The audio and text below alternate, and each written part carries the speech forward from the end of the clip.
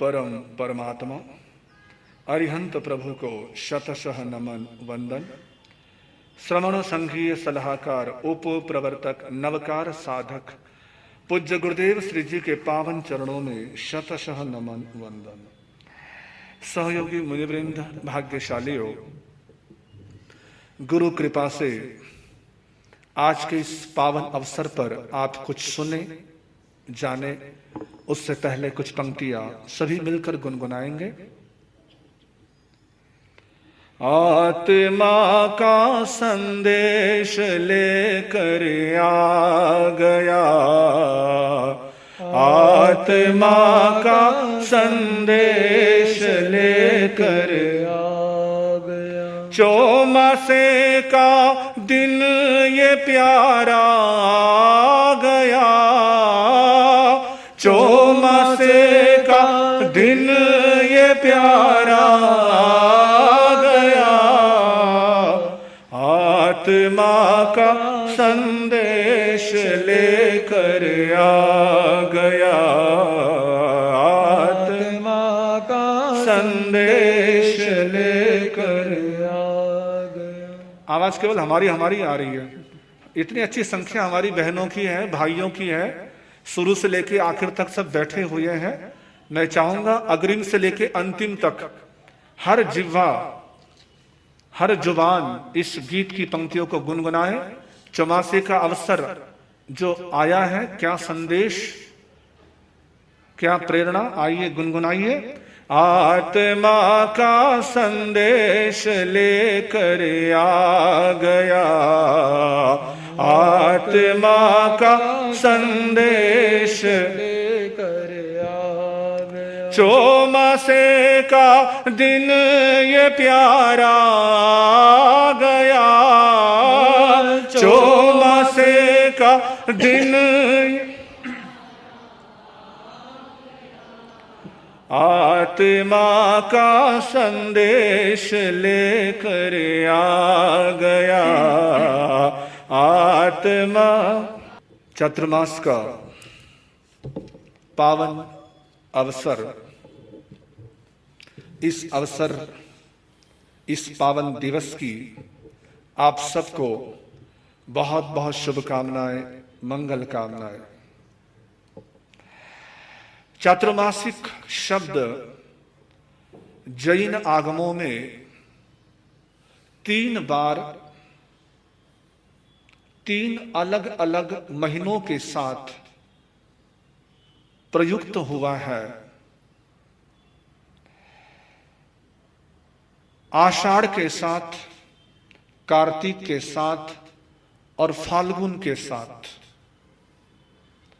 इन तीनों महीनों की पूर्णमासी पूर्णिमा जिनके साथ चौमासिक शब्द जुड़ा हुआ है,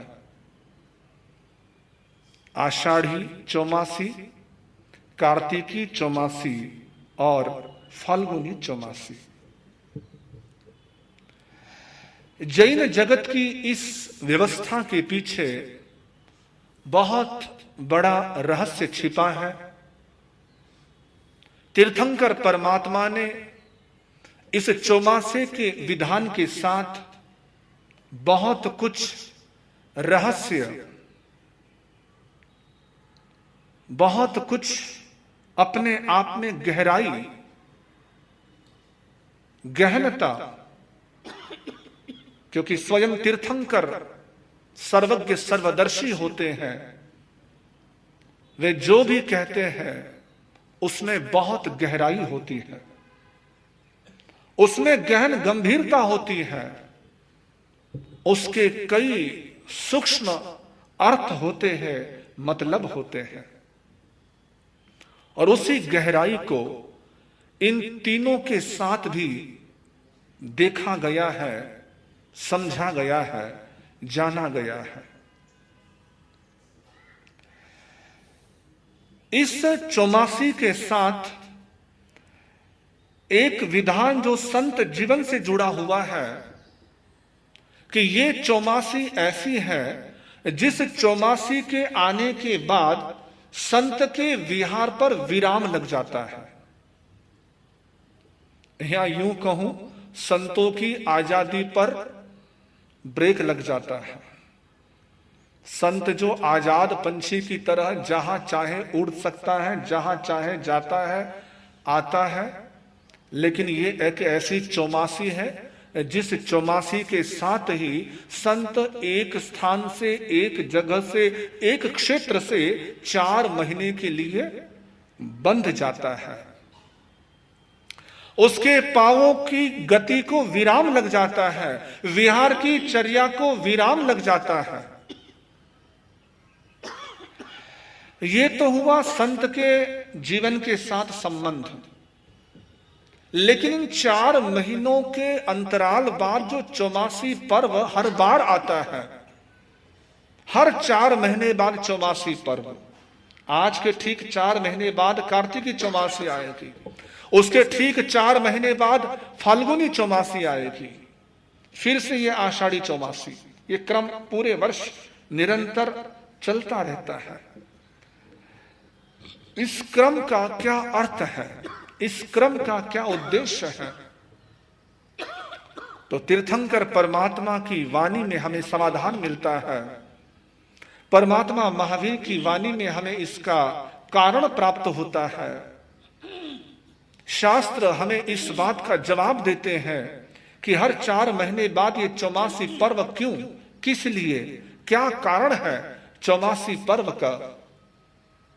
शास्त्र जवाब देते हैं कि हमारे जीवन में, हमारे व्यवहार में जहां जहां जो जो चीजें होती हैं, जो जो भूलें होती हैं, जो जो गलतियां होती हैं, जाने अनजाने में, अच्छा है कि जब गलती का एहसास हो, जब भूल हो, उसी समय उसका प्रायश्चित हो जाए, उसी समय उस गलती की आलोचना हो जाए, प्रतिक्रमण हो जाए, निंदा गणना हो जाए। यदि वो संभव ना हो तो 15 दिन बाद हो जाए, 15 दिन बाद भी संभव ना बन पाए तो ये 4 महीने बाद का जो समय है, ये समय इसीलिए है कि पिछले 4 महीने में जो जो गलतियां हुई है, जो जो भूले हुई है, जो जो हमसे त्रुटियां हुई है, उन सभी को आज याद करके आलोचना करनी है, प्रतिक्रमण करना है, प्रायश्चित करना है और दिल से बोलना है, हृदय से बोलना है। निंदामी गरिहामी अपाणम, और उसके बाद अंत में तस्मिच्छामि मिच्छामि दुक्कड़म। और यदि ऐसा नहीं होता है तो आयु का बंध दुर्गति का हो जाता है। दुर्गतियां यानी अशुभ गतियां कौन कौन सी हैं? नरक गति और तिर्यंच गति, पशु योनि और नरक योनि। कौन जाना चाहता है? कोई चाहता है? कोई भी नहीं चाहेगा। कोई भी कितना ही पापी से पापी व्यक्ति हो, बुरे से बुरा व्यक्ति हो, बुरे से बुरा कर्म करने वाला हो, वो भी नहीं चाहेगा कि मैं पशु बनूं, वो भी नहीं चाहेगा कि मैं नरक में जाऊं। परमात्मा कहते हैं कि चौमासी का अतिक्रमण नहीं करते हैं वे दुर्गति से बच जाते हैं। वे दुर्गति में जाने से बच जाते हैं जो चौमासी का अतिक्रमण नहीं करते हैं। और इसीलिए चौमासी का प्रतिक्रमण बहुत महत्वपूर्ण है। चौमासी का प्रतिक्रमण बहुत महत्व रखता है। चौमासी की आराधना बहुत महत्व रखती है कि गति का बंध अशुभ ना हो, गति का बंध शुभ हो। 4 महीने बाद ही वो कदाचित अवसर हमारे जीवन में आता है जब हम अगले गति का बंध करते हैं, अगले आयु का बंध करते हैं। और इसीलिए परमात्मा ने बड़ी करुणा के साथ, बड़ी अनुकंपा के साथ, बड़ी दया के साथ हम सब के लिए विधान दिया कि ऐ मेरे भक्त, ऐ मेरी श्राविका, ऐ मेरे श्रावक, ऐ मेरे साधु, ऐ मेरी साध्वी, हर 4 महीने बाद क्या करो? चौमासी की आराधना करो, चौमासी की आराधना करो, चौमासी की उपासना करो, ताकि तुम दुर्गति से बच सको, अशुभ से बच सको, शुभ का बंद हो। और इस आज के चौमासी पर्व के साथ एक और ऐतिहासिक कारण जुड़ा हुआ है। ऐतिहासिक कारण वो ये है कि हमारे यहां जो ये व्यवस्था है काल चक्र की, आरा होता है ना, चौथा आरा, अभी कौन सा चल रहा है? छठा, पांचवा। बड़े सजग हैं आप, जागरूक हैं। पांचवा आरा चल रहा है। छठे आरे में तो हम भी नहीं होंगे, आप भी नहीं होंगे, और होंगे तो पता नहीं कैसे होंगे। हम ऐसी प्रार्थना करें, ऐसा प्रयास करें कि उस आरे में जन्म ही ना मिले, उस आरे में जन्म ही ना हो। तो पांचवा आरा चल रहा है। इससे पहले 4 आरे हो चुके हैं, पहला, दूसरा, तीसरा, चौथा। तो शास्त्र कहते हैं कि जब भी आरे का प्रारंभ होता है, आरे की शुरुआत होती है, चाहे वो पहला आरा हो, दूसरा आरा हो, तीसरा आरा हो, चौथा आरा हो, पांचवा आरा हो, हर आरे की शुरुआत आज ही के दिन से होती है। आज ही के दिन से काल चक्र के ये आरे का परिवर्तन होता है। यदि पांचवा आरा लगा जम्बू स्वामी के निर्वाण के बाद, तो जिस दिन ये आरा लगा था, शुरू हुआ था पांचवा आरा, उस दिन भी कौन सी तिथि थी? आषाढ़ी पूर्णमासी। छठा आरा लगेगा तब भी आषाढ़ी पूर्णमासी। ये सब काल चक्र आरे के साथ इस आषाढ़ी पूर्णिमा के चौमासी का संबंध जुड़ा हुआ है। 4 महीने वर्षा के हैं। 8 महीने जो धरती तपती है, सूर्य की तपन से तपी हुई धरती पर जब मेघ से पानी बरसता है तो धरती की तपन मिटती है, गर्मी मिटती है, धरती खुशनुमा हो जाती है। ठीक वैसे ही 8 महीने हमारे भीतर की धरती, हमारे हृदय की धरती कषायों की आग से जो तपी हुई होती है, उस धरती पर जिनवानी रूपी पानी की बारिश होती है, तो हमारे भीतर की तपन मिटती है। भीतर में प्रसन्नता, प्रफुल्लता, उल्लासिता, प्रसन्नता ही प्रसन्नता छा जाती है। खुशनुमा माहौल हो जाता है। सारी कलुषता, कालीमा मिट जाती है जब जिनवानी का पानी पड़ता है। जिनवानी का पानी। इन 4 महीने जो संतों को एक स्थान पर रुकना होता है, इसके पीछे 2 प्रमुख कारण हैं। पहला कारण यह है कि जीव दया। इन चौमासे में शब्द ही कहता है चौमास, यानी 4 गुना मास की वृद्धि, जीव जंतुओं की वृद्धि, प्राणियों की वृद्धि, कीड़े मकोड़े, छोटे मोटे, हर प्राणियों की इन दिनों में अनंत गुना, असंख्य गुना वृद्धि होती है। असंख्य अनंत गुना। और इस अपेक्षा से संत गतिशील होता है, उसकी इर्या समिति का पालन तो होता है, लेकिन इस 4 महीने में 4 गुना मास की वृद्धि होने से संत की इर्या समिति का पालन कहीं बाधक ना, कहीं उसमें कोई बाधा ना आए, इसमें दिक्कत ना आए, किसी जीव की विराधना ना हो, हिंसा ना हो, जीव मात्र का भी नुकसान संत की चर्या से ना हो। और इसीलिए परमात्मा ने विधान दिया कि 4 महीने एक जगह रुको, एक जगह रुको, कहीं विहार मत करो। ये परमात्मा की आज्ञा थी कि 4 महीने एक जगह रुकना और 4 महीने बिबेवाड़ी रुकना। ये किसकी आज्ञा थी? ये किसकी आज्ञा थी? आचार्य की आज्ञा, प्रवर्तक की आज्ञा, गुरुदेव की आज्ञा। परमात्मा की आज्ञा थी 4 महीने विहार मत करो और बिबेवाड़ी रुको, ये गुरु आज्ञा। गुरुओं की आज्ञा से आपकी इस भवन में गुरुदेव 4 महीने के लिए विराज रहे हैं, पधारे हुए हैं। तो पहला कारण है जीव रक्षा, और दूसरा कारण है 8 महीने संत विचरण करता है, भ्रमण करता है, विहार करता है, तो स्वयं के स्वाध्याय में, स्वयं के ध्यान में ज्यादा समय नहीं लगा पाता। नहीं लगा सकता। अधिक से अधिक उसका भ्रमण में ही समय गुजर जाता है या संपर्क में समय गुजर जाता है।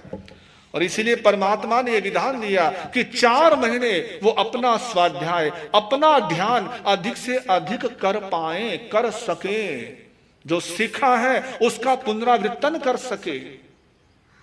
और इसीलिए संतों के जीवन के साथ भी इस चौमासी का महत्व जोड़कर देखा गया है, रखा गया है कि वो अधिक से अधिक स्वाध्याय करे, ध्यान करे। इस चौमासे के पर्व के साथ अभी मुनि जी आपको प्रेरणा दे रहे थे ना कि ये चौमासे का पर्व हमें संदेश देता है कि हम अपने भीतर के मीत से मिले। किससे मिलना है? भीतर के मीत से। कौन है भी मीत आपका? कौन है मित्र आपका? भीतर का मीत है आपकी चेतना, आपका चैतन्य, आपकी आत्मा। भीतर के मीत से मिले। बाहर तो भीत है, बाहर भीत है और जिससे बचिड़ना है। बाहर तो केवल भीड़ भाड़ है, केवल भिड़ना ही भिड़ना है। आज तो वैसे ही भिड़ने का युग है। बेटा बाप से भिड़ता है, बाप बेटे से भिड़ता है, सासू बहू से भिड़ती है, बहू सास से भिड़ती है, गुरु चेला से भिड़ता है, चेला गुरु से भिड़ता है। सब भीड़ ही भीड़ है। जो बाहर भिड़ता है वो नरक की भीड़ में खड़ा हो जाता है। याद रखना, जो बाहर भिड़ेगा वो कहां खड़ा होगा? नरक की भीड़ में शामिल हो जाएगा, नरक की भीड़ का हिस्सा बन जाएगा। 2 शब्द है, भीड़ना और भिड़ाना। भिड़ना और भिड़ाना। जो भिड़ता है और जो भिड़ाता है, इन दोनों के बीच बड़ी दोस्ती होती है, इन दोनों के बीच बड़ी यारी होती है। देख लीजिए, दुर्योधन भिड़ने वाला था और भिड़ाने वाला कौन था? शकुनी। दोनों में बड़ी दोस्ती थी। जब भी भिड़ने वाला और भिड़ाने वाला दोनों दोस्त हो जाते हैं तो सज्जन को वनवास मिलता ही मिलता है, राम को वनवास मिलता ही मिलता है। जब मंथरा और कैकेयी भिड़ने और भिड़ाने वाले एक हो जाते हैं तब फिर सज्जन को वनवास मिलता है। जीवन में दुर्भाग्य की पटकथा लिखी जाती है, दुर्भाग्य ही आमंत्रित किया जाता है। ये मत सोचना केवल आग माचिस से ही लगा करती है। माचिस से लगी हुई आग तो कुछ घंटों में और कुछ दिनों में बुझ जाती है, लेकिन शब्दों से लगी हुई आग पीढ़ी दर पीढ़ी चलती है। पीढ़ियां खत्म हो जाती है लेकिन शब्दों की लगी आग बुझ नहीं पाती है। तो भिड़ना और भिड़ाना, इस चौमासे में दोनों को ही त्यागना, दोनों को ही छोड़ना। ना भिड़ना है और ना। यहां कैसे लोग हैं? पुणे में कैसे लोग हैं जी? ना भिड़ने वाले होंगे ना भिड़ाने वाले होंगे। तो बड़े अच्छे लोग होंगे, बड़े सज्जन लोग होंगे, बड़े अच्छे। सज्जनता ही आपकी निशानी है। तो आइए भिड़ने और भिड़ाने से बचे। याद रखिएगा, जो भिड़ने और भिड़ाने मजा लेता है जीवन उसका मजेदार नहीं रहता है, फिर जिंदगी उसकी बेस्वाद बन जाती है। इस चौमासे के पावन पर्व के साथ एक संकल्प आप करिएगा कि प्रतिदिन जो यहाँ पर प्रवचन आज से प्रारंभ है, इस प्रवचन में हम प्रतिदिन उपस्थित रहेंगे, प्रतिदिन आएंगे। पहले के जमाने में ऐसे नियम लिया करते थे श्रावक श्राविकाएं। शास्त्रों में ऐसे उदाहरण भी आते हैं कि जिन राजाओं ने, सेठों ने, गाथापतियों ने भगवान महावीर से नियम लिया था कि हे परमात्मा, आपका चौमासा आज हमारे नगरी में शुरू हो रहा है, राजगृही में आप पधारे हैं, तो आज से लेकर पूरे 4 महीने तक हम राजगृही से बाहर नहीं जाएंगे, हम कहीं अन्यत्र नहीं जाएंगे। द्वारिका नगरी के श्री कृष्ण के जीवन का भी ऐसा ही प्रसंग आता है। चंड प्रद्योत उद्दायन राजा के इतिहास से भी यही प्रेरणा मिलती है। इतिहास में एक सम्राट हुआ है हेमचंद्र के समय, कुमारपाल। वो कुमारपाल जिसके 18 देशों पर आधिपत्य था। कितने देशों पर? 18। और वो कुमारपाल राजा आचार्य हेमचंद्र का शिष्य कहता है, गुरुदेव आपका चौमासा लग रहा है तो 4 महीने मैं इन आपके सानिध्य को छोड़कर और कहीं नहीं जाऊंगा। पुणे वालों, दिवेबड़ी वालों, आज कौन कौन नियम लेगा ऐसा कि महाराज 4 महीने हम यहां आएंगे, 4 महीने लाभ लेंगे, 4 महीने सानिध्य का भरपूर फायदा उठाएंगे। सब सोचिए अपने भीतर, वो तो 18 देशों के राजा थे, आप कितने देशों के राजा हो? हाँ जी, एक घर के भी राजा नहीं, वहां भी घरवाली की चलती है ना? तो वहां भी श्रीमती जी की चलती है। क्या कहा राज्य, कहा 6 खंड के राजा, कहा 6 खंड के अधिपति, हम एक खंड के भी, खंडहर के भी राजा नहीं है, खंडहर के अधिपति नहीं है। तो जब वो राजा, वो सम्राट, वो चक्रवर्ती ऐसे संकल्प कर सकते हैं तो आप क्यों नहीं कर सकते? आइए, ये समय बड़ा अनमोल है, समय बड़ा कीमती है, ये समय फिर आने वाला नहीं है। समय जो हाथ आया है इसका लाभ उठा लीजिए। गुरुदेव आए हैं कारोबारी, गुरुदेव आए हैं व्यापारी, ऐसा माल लाए हैं, ऐसा कारोबार करने आए हैं जिस कारोबार में बस वृद्धि ही वृद्धि है, फायदा ही फायदा है। आप गाते हैं ना, तुम माल खरीदो त्रिशलानंदन की खुली दुकान रे, तुम त्रिशलानंदन की खुली दुकान रे, तुम माल खरीदो त्रिशलानंदन की खुली दुकान रे। त्रिशलानंदन की दुकान है, महावीर स्वामी की दुकान है, उस दुकान पर व्यापारी कौन बैठा है? हाँ, गुरुदेव आए हैं व्यापारी, हम तो इस दुकान के सब नौकर चाकर हैं ना, मालिक तो यही है, व्यापारी हाँ जी, हम सब सेल्समैन है, बाकी गुरुदेव तो मालिक है। ये व्यापारी महावीर की दुकान के हैं, आए हैं कारोबार करने, व्यापार करने, और हर तरह का माल है, जैसा जैसा ग्राहक हो वैसा वैसा माल है। दुकानदारी में हर तरह की चीज है, हर तरह का माल रखा हुआ है, छोटा आए तो छोटे जैसा, बड़ा आए तो बड़े जैसा, जवान आए तो जवान जैसा, जैसा आए वैसा, है ना, जैसा व्यक्ति खरीदना चाहे, जिस तरह का माल खरीदना चाहे, ये माल बेचने के लिए तैयार बैठे हैं। और आपकी दुकान में 2 तरह के व्यापार होते हैं, एक होता है होलसेल, एक होता है रिटेल, 2 तरह के होते हैं ना। तो हमारी दुकान में दोनों ही तरह के माल है, होलसेल भी है, रिटेल भी है। अब आपके ऊपर है, आप कैसा लेना चाहते हो, आप होलसेल लेना चाहते हो, रिटेल लेना चाहते हो, लेकिन जो लेना चाहो लो जरूर। लेने में कंजूसी मत बरतना, मत रखना। जो गुरुदेव बांट रहे हैं, जो गुरुदेव लुटा रहे हैं, जो गुरुदेव दे रहे हैं, उससे लेते जाइए, झोलियां भरते जाइए। मैंने पहले भी कहा था कि ये हम सबका सौभाग्य है, ऐसे गुरुदेव हमें मिले हैं जिनके रग रग में, खून के कतरे कतरे में, श्वास श्वास में नवकार बसा है, नवकार समाया है। गुरुदेव उठते हैं तो नवकार, बैठते हैं तो नवकार, चलते हैं तो नवकार, यहां तक सोते हैं तब भी नवकार। नवकार ही तो करेगा भव पार, बेड़ा पार, उद्धार, सब उसी से ही उद्धार होना है। तो ऐसे नवकार के साधक, सिद्ध साधक गुरुदेव चौमासार्थ आपकी इस दिव्यवाड़ी में पधारे हैं। गुरुदेव के पावन सानिध्य में जो भी आता है वो कुछ न कुछ पाता ही पाता है, उसे मिलता ही मिलता है। हम तो इसके गवाह हैं, साक्षी हैं कि वर्षों से देख रहे हैं गुरु चरणों में जो भी आता है उसे कुछ न कुछ जरूर मिलता है। रोता हुआ आने वाला यहां से हंसता हुआ जाता है, खाली झोलियां लाने वाला यहां से भरकर जाता है, भरकर जाता है। गुरुदेव दोनों हाथों से लुटा रहे हैं, मुक्त हृदय से लुटा रहे हैं। आओ इसमें अधिक से अधिक आकर गुरु चरणों का लाभ ले, सानिध्य ले। यही भावना, यही प्रेरणा, यही